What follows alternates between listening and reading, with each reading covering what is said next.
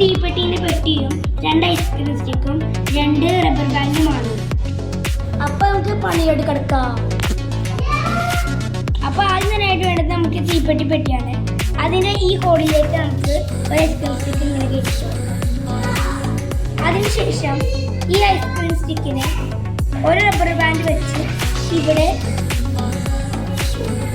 ഇതിൽ കുറച്ച് കയറ്റിയിട്ട് നമ്മൾ നല്ലോണം ടൈറ്റ് ആക്കി വെച്ചിട്ടുണ്ട്. അപ്പോൾ അതെ ഇങ്ങനെ ചെയ്യാൻ പറ്റുന്നുണ്ട് കുത്തിക്ക്.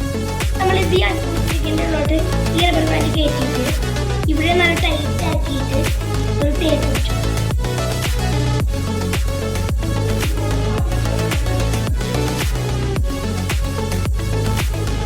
ഇങ്ങനത്തെ നമുക്കൊരു ഈസിയാണ് ഞാൻ എടുത്തിരിക്കുന്നത്. ഇതിൻ്റെ പതിമുക്കാൽ അതിട്ടാണ്. പതിമുക്കാൽ എടുത്തിട്ട് ഇതിങ്ങനെ വലിച്ച് ഇതിൻ്റെ ഉള്ളിലേക്ക് കയറ്റി കൊടുക്കുക.